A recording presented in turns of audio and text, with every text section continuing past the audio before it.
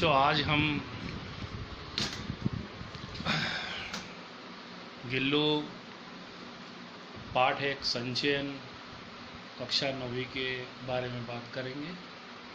और इसमें हम महादेवी वर्मा के द्वारा लिखित उस भाग को पढ़ने का और समझने का प्रयास करेंगे जो जीव जंतुओं से जुड़ा हुआ है। जैसा कि आप जानते हैं, महादेवी वर्मा एक उत्कृष्ट लेखिका है और उन्होंने अपने जीवन से जुड़ी घटनाओं को ही लेखन कार्य में शामिल किया है। महादेवी वर्मा जब एक दिन अपने घर पर सवेरे प्रातःकाल सोकर उठती है तो वे देखती है कि उनका बगीचा जो है वहाँ पर काफ़ी पक्षियों के चहचहाने की आवाज़ है, तो उन्हें आभास होता है कि कुछ गड़बड़ है। वे देखती तो सोन जूही की जो बेल जा रही है उसके पास में एक जीव मरा हुआ घायल अवस्था में लगभग पड़ा हुआ है, मरने की स्थिति में, बिल्कुल मरणासन स्थिति में, और कौवे उसको चोंच मार करके खाने का प्रयास कर रहे हैं। महादेवी वर्मा उस गिल्लू को वहाँ से उठा करके देखती कि अभी इसमें जान बाकी, तो घर पे अंदर ला करके मलहम पट्टी करती है और सेवा करती है, और 2-3 दिन के प्रयासों में वो स्वस्थ हो जाता है। वो जीवन जीने लगता है और उसको जीवन जीने की खुशी का अनुभव होने लगता है। अब महादेवी वर्मा को वो अपने पुत्र के समान लग रहा है और वे अब उसके लगातार सेवा करती है, ध्यान देती है, और हवादार खिड़की के पास में एक पिंजरेनुमा जगह पे उसको टांग देती है। वहीं पर उसका पानी और भोजन रख देती है और वो खाना पीना अपना वहीं पर करता है। महादेवी वर्मा जब ऑफिस से संध्या काल में वापस आती है जाकर के, तो वो दौड़ करके उनके पास में आता है, उनके आसपास मंडराता है और यह आभास दिलाने का प्रयास करता है कि आप कहाँ पर, और मैं आपके इंतज़ार में था। भोजन भी वो महादेवी वर्मा के साथ में करता है और अक्सर रात्रि को सोते समय भी वो उनके बेड के पास में ही जाकर उनके पास में सो जाया करता था। अब देखा जाए तो इस जीव जंतु जो है, गिलहरी का जो बच्चा है गिल्लू, इसका वास्तविक उम्र लगभग 24 माह के आसपास 2 वर्ष होती है, और उसमें से जब 2-3 माह निकल जाते हैं तब वो थोड़ा बड़ा होने लगता है। वो पिंजरा उसके लिए छोटा पड़ने लगता है और वो देखता है कि उसके घर के बगीचे में जो है, खिड़की के पास में अन्य गिलहरियाँ और वो आसपास दौड़ रही है, भाग रही, खेल रही है। तो कहीं ना कहीं महादेवी वर्मा को ये देख करके लगता है कि सब जब जीव जंतु खेल रहे हैं तो इसकी खुशी भी उसमें होनी चाहिए। और वे क्या करते हैं, उसको पिंजरे से निकाल करके मच्छर जाली के थोड़ा से कोने को काट करके गिल्लू का आने जाने की व्यवस्था बगीचे में कर देती है। अब गिल्लू दिन भर बाहर ही रहता है, उन जीव जंतु के साथ में खेलता, उछल कूद करता है।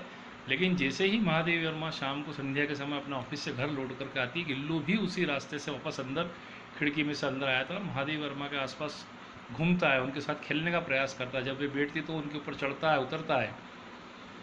महादेवी वर्मा के साथ ऐसे दिन लगातार चल रहे हैं। गिल्लू अब थोड़ा और बड़ा हो गया है। अचानक एक दिन महादेवी वर्मा की तबीयत खराब हो जाती है या उनका स्वास्थ्य बिगड़ जाने से उनको हॉस्पिटल में एडमिट होना पड़ता है।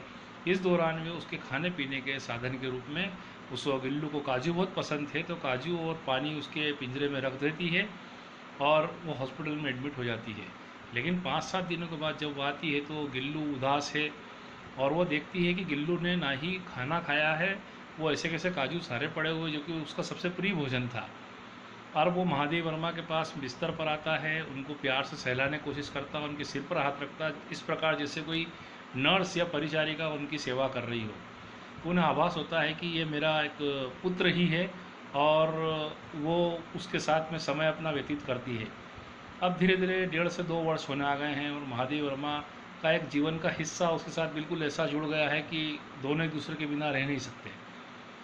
अब एक दिन क्या होता है, रात को महादेवी वर्मा जब देखती है कि बिल्लू आज बहुत बेचैन है, पिंजरे में रखा भोजन नहीं खाया, वो सुस्त भी आज पिंजरे से भी नहीं उतरा है, तो उन्हें आभास होता है कि कहीं कुछ गड़बड़ है। तो वो देखती है कि गिल्लू का पूरा शरीर आज ठंडा हो रहा है, शरीर ठंडा पड़ रहा है, धड़कन उसकी तेज़ चल रही है, और ऐसा आभास होता है कि शायद यह बीमार है। और उन्हें पता हो जाता है कि लगभग अब 2 वर्ष होने आए हैं और इनका जीवन इतना ही लगभग होता है। तो वो गिल्लू को सहलाने का प्रयास करती है, उसके सिर पर हाथ लगाती है, तो गिल्लू एक नन्हे बच्चे की तरह अपनी माँ की सुरक्षा के रूप में उनकी उंगली पकड़ लेता है और देखते देखते उसकी मृत्यु हो जाती है, परंतु वो उंगली नहीं छोड़ पाता है। महादेवी वर्मा को ये उसकी जो अंतिम दृश्य था वो झकझोर देता है कि उनका एक जीवन का हिस्सा खत्म हो गया, उनका एक पुत्र का समान गिल्लू चला गया।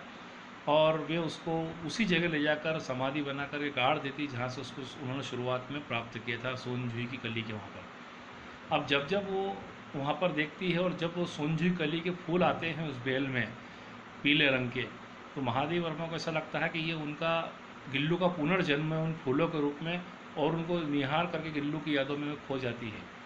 यह पाठ हमें यह शिक्षा देता है कि अगर हम जीव जंतुओं को का अगर अपना जीवन का थोड़ा सा भी हिस्सा उनको देते हैं तो बदले में वे हमारा रिटर्न बहुत कुछ करते हैं। और ख़ास तौर से जब हम थके हुए आते हैं या बहुत चिड़े हुए हैं या किसी प्रकार का हमको गुस्सा है, कोई बीमारी है, तो ये जीव जंतु हमारे आसपास आकर के हमारे डिप्रेशन या तनाव वाले हिस्से को दूर करते हैं और हमें एक अच्छी आभास, पॉजिटिव एनर्जी प्रदान करते हैं। और हम उस थोड़े समय के लिए उन जीव जंतुओं के साथ में घुल मिल जाते हैं, हंसते खेलते हैं, उनको दुलारते हैं, तो हमारे तनाव कम होता है।